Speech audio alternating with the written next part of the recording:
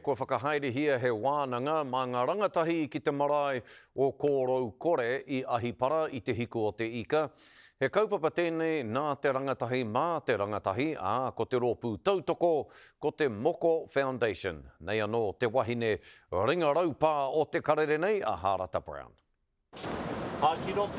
Ka u te ata, ka mau te rā. Mi timatai i te whitu karaka i te marae, ka oho rātou, ka timatai ngā karakia, kia timatai tō tātou nei rā, and then ka hara mai ki te taho o te moana, kia korikori tinana me wē rātu o ngā ahuatanga. Anō te pai me te āhua reka o te noho ngātahi a te teina me te tuakana, ko ētahi o ngā ākonga kura tuarua te hunga ārahi. Yeah, so I work alongside the Moko Foundation in a rangatahi leadership group. I've been a part of the group since it established last year.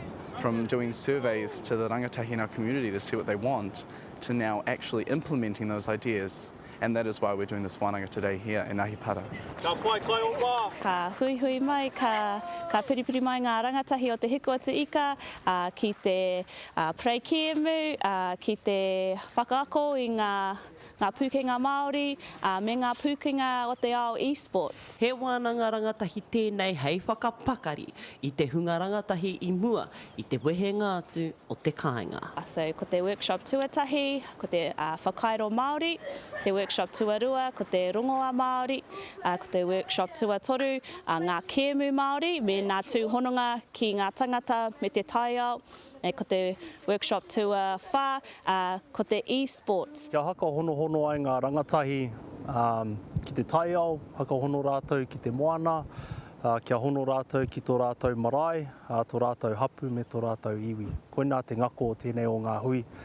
Kia kotahi ai tātou, ngai Māori, me wenei rangatahi hoki.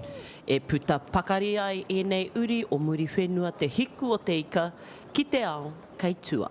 Harata Brown, te karere.